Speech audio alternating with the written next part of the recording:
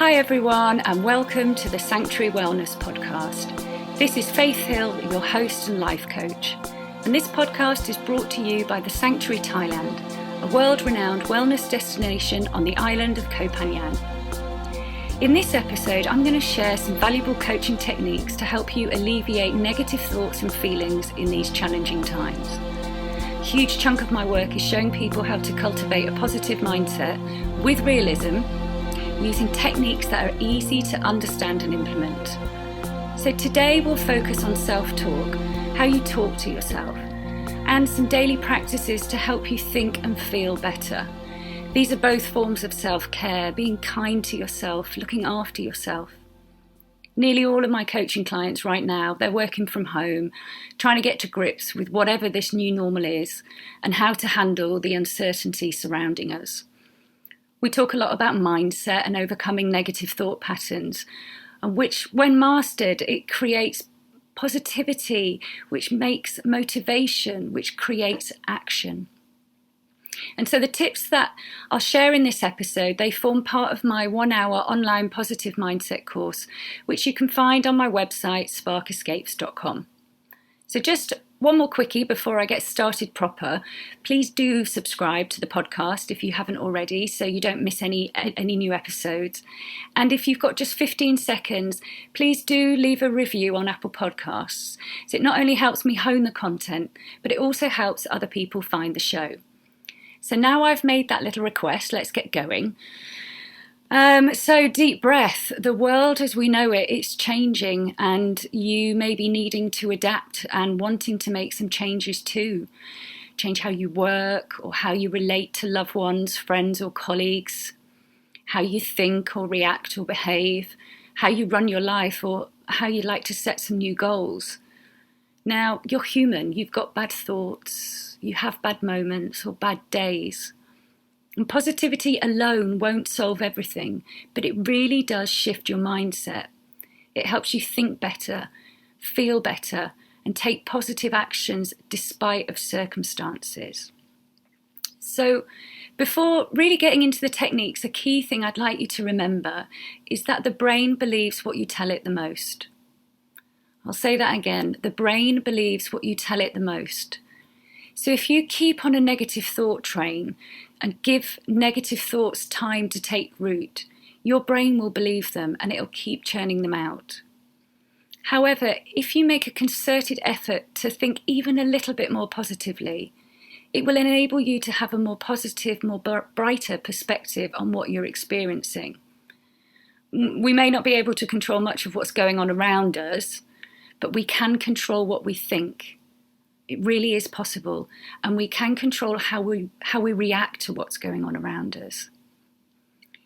So first of all, I'd like to dive into self-talk. You know, the way that you talk to yourself, it has a huge impact on your mindset and therefore all your experiences in life. That voice in your head, it probably always has something to say, whether it be good or bad.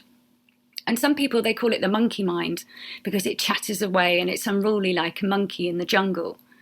But being able to manage this voice, your self-talk, it begins with awareness. It begins with becoming aware of noticing what the voice is saying. And it takes some time and effort, but once mastered, it really works wonders for your mindset and your experience. Now, if you haven't already read it, I do recommend the book, The Power of Now by Eckhart Tolle. It's an absolute game changer if you want to separate yourself from your thoughts. So I'll put a little note for that in the show notes for today's episode with a link to buy it if you wish to. The first step I want to talk about is in mastering your self-talk, it requires you to become aware of the language that you're using when you talk to yourself. It's being able to notice when this voice is chattering away and noticing what it's saying. Because if your self-talk is negative, your mindset will be negative. For example, you know, if your self-talk is saying, your morning self-talk, like today is going to be an absolute nightmare, this is actually going to set you up for a nightmarish day. But with awareness, if you hear yourself saying that in your mind, say it again, but adjust it. it can be changed. Like, whatever today throws at me, I can handle it because I am empowered and I am able. By becoming aware of our self-talk, we can make positive adjustments. And so there's a few words I would like to share with you that I'd like you to become aware of and change them to something else. Now, the first word is should. Lots of us use this word in our self-talk. I should do this, I should be more that, I should go there, I should have done this. And maybe you use this phrase a lot too. If you switch the word should to could, you stop bullying yourself and you start creating a choice, which the mind really likes. So let me give you some examples. I say to myself, I should exercise more. Now I change that to I could exercise more. So I could exercise more or I could not exercise more. Do you see the choice that I've created? And it also could create a possibility, whereas should is quite finite. So in some more examples, I should leave this job becomes I could leave this job. I should drink less. I should do more yoga. I should go for a walk. I could drink less. I could do yoga. I could go for a walk. So everything becomes a choice with could. And as humans, we like to have choices. Another word I'd love you to look out for is need. When we're needy, when we use the word need, it comes from a place of lack. If we change the word need to the word want creates a desire, and desire creates motivation to help us get what we want. So here's an example. I need to meditate. Becomes I want to meditate. I want to meditate because it makes me feel good and it calms my mind. A friend of mine said to me recently, I need to spend more quality time with the kids. And we changed it to I want to spend more quality time with the kids. I need to get out the house for some fresh air. I need to learn more about digital marketing. I need to be better on my Zoom calls. I want to get out of the house for some fresh air. I want to learn more about digital marketing. I want to be better on my Zoom calls. So each time you hear yourself saying the word need, whether that be in your mind to yourself or out loud when you're talking to somebody else, swap need for want. And just going backwards, should. If you catch yourself saying should in your mind or out loud, change it to I could. Notice the difference in your mindset and the resulting thoughts and actions. I hope that one helps you. And this next one will really help you too. The next tip I'd like to share with you is about being kind to yourself. And in your self-talk, speaking to yourself like you would a friend. I mean, do you notice that, if you think about the way that you talk to yourself, can it sometimes be a little bit mean or unsupportive, negative, or even demeaning? Do you hear yourself saying things like, oh, you're a fool for doing that? What on earth were you thinking? You'll never be able to do X, Y, Z. You're stuck in this shitty situation forever and you're just going to have to live with it. But when you become aware of any mean self-talk, stop and ask yourself, would I speak to my friend this way? Because the truth is, it's highly unlikely that you would. Even if you've got truly honest friendships, you probably wouldn't tell a friend that they're a fool, that they'll never be able to achieve anything, or that they're stuck in a shitty situation forever. You'd show love and kindness and support. So I urge you, next time you find yourself having negative self-talk with yourself, speak to yourself like you would a friend, with this kindness and love and support. So the third tip I'd like to share with you on the self-talk topic is I'd like to give you 3 questions to ask yourself when you catch yourself in a negative thought loop or an invented mind story.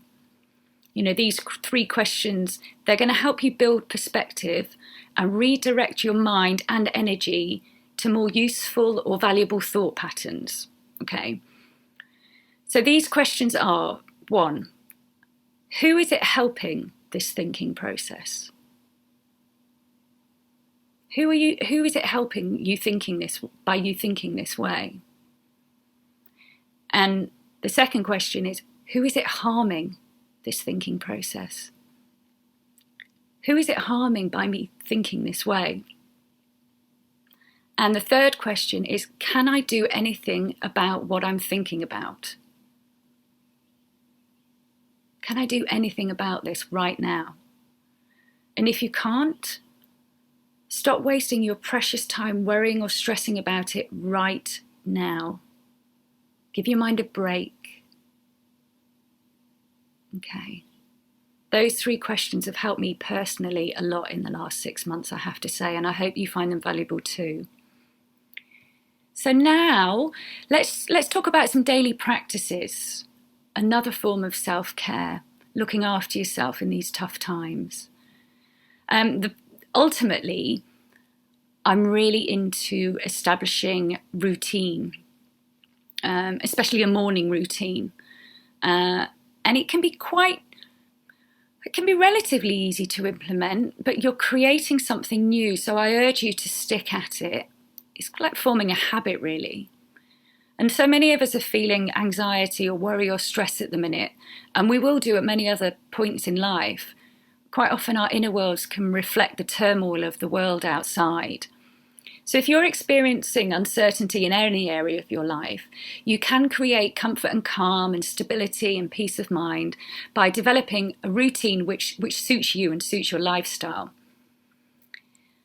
You know, at the beginning of COVID-19, back in early spring 2020, I was personally feeling pretty anxious, unable to focus, extremely restless, and kind of blindly walking around the house with no purpose or intention. And all ideas of work or productivity and even self-care went right out the window, as I kind of channeled my energy into worrying about things I had no control over. And at that point, it was time for me to implement a daily routine again. Because routine, it lowers stress, it lowers worry and anxiety, because it reduces the appearance of uncertainty by creating consistency, right? Routine, it builds a sense of security and it allows you to feel more in control. Now, if the word routine, fills you with dread or with feelings of being trapped or boring, try switching it for the word rhythm, because a routine is in fact the rhythm of your day. Or if you've got a severe resistance to making a routine, I do urge you, just try it for a week or two to help it instill calm and allow you to get back into the driving seat of your life. Then, if you wish to, go back to your usual way of running your day, but come back to a routine as and when you feel the need to resume a sense of control. Now, ultimately, I'm really not advocating living a routine life, like living the same day again and again forever. But I am a strong believer that by establishing a daily routine, you can create and maintain a state of calm when things are tough. Now, I recently wrote a blog post on my website which has 8 suggestions for a personalised routine. So do have a look at sparkescapes.com if you'd like more information. Now, some other daily practices, which some of you might already do. There's lots and lots to share. There could, taking a break, going for a walk and everything. But these are my favourites. Now, the first one is a process called the morning pages, which comes from a book called The Artist's Way by Julia Cameron. And I've recommended this to many clients as a way of like brain dumping in the morning to allow your mind to have more space for more creative thoughts, a valuable headspace for you during the day. And so what Julia Cameron proposes is that in the morning, ideally first thing or perhaps with morning tea or coffee, take a notebook or some paper and write 3 sides, okay? You can write about absolutely anything. You can write about what you've got to do for the day, how you feel about a certain situation, an idea, absolutely anything. But you just keep writing. Don't pause. Don't stop to spell check or think of a better word. Don't audit yourself, basically. Just keep writing. And if you get stuck for what to write, just write the sentence, I do not know what to write. I do not know what to write. I do not know what to write. And Honestly, don't worry, your mind will give you a thought to write down. I promise that something will come. Now, the key thing is don't reread it. You write your 3 sides in the morning, you close your notebook and you get on with your day. And then the next day you pick it up and you write, you don't reread it. It's a really great habit to get into. I found it really valuable at various points in my life, especially when I'm feeling stressed or overwhelmed. This brain dump opportunity it's a gift and allows you to think more clearly throughout the day. Now, many of you perhaps might do meditation or yoga. Even a brief practice really does help. A recent podcast episode, I interviewed Dr. William Bloom, who is a fantastic meditation teacher. So do have a listen to that episode. And whether you're new to yoga or you already have a practice, the sanctuarywellness.live website has got lots of different classes and courses to take advantage of. So you can practice yoga at home, because it's not only beneficial for the body, but it's also beneficial for your mind too. It helps create a more positive mindset. Mind and body is systemic, is one of the beliefs of excellence in neuro-linguistic programming, or NLP. So look after one and you look after the other. Now, the opportunity to do physical exercise might not be so easy at the moment, given the weather, but I really do urge you, take an opportunity to get outside when you can. Breathe fresh air into your lungs. Give your mind a change of scene to look at. Even 20 minutes is going to help. Or if you can do some physical exercise inside or in the garden, or when classes do open up, take advantage of those. There are many online personal trainers offering videos, or Joe Wicks on YouTube, group sessions or private sessions as well. So physical exercise is a big one for me as part of a daily practice, and I urge you to do the same. Now, the last couple of tips I'd like to share is about being in the present moment, because it's very easy for us to, in our mind, head into the future, which we know nothing about really, go back into the past, which we really can't change. Bringing your mind back into the present moment, it helps to eliminate mental stress, worrying about future uncertainty or the past, which has happened. So an option to do this is to take pen to paper and write down 3 things that you know to be true right now. Right this very moment. For example, I've got food in the fridge, my partner loves me, I'm proud of my children, I'm healthy. 3 things that are true right now. And this helps us cultivate gratitude, which is the last critical thing I'd like to talk about. There's been so much talk about gratitude because it really does work. It releases dopamine from the brain by practicing gratitude. There are so many benefits to it. Focusing on being grateful for what we do have rather than what we don't have cultivates positive thinking in the mind. This chemical dopamine, your brain is flooded with it when you practice gratitude. And when you're truly grateful for something or someone, your brain rewards you by giving you this natural high. And because this feeling is so good, you're motivated to feel it again and become more inclined to give thanks and also to do good for others around you.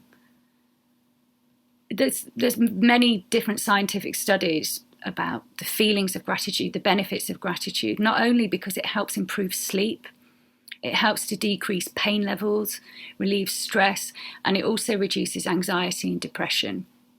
So you could have a little gratitude journal, or there is an app called the 5-Minute Journal, which you can set reminders for, 1 in the morning and 1 in the evening, to remind you to practice your gratitude.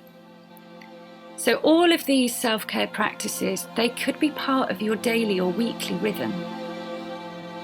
Incorporating the self-talk, language awareness, being kind to yourself, asking yourself those 3 questions. This is all going to help you look after yourself and feel better.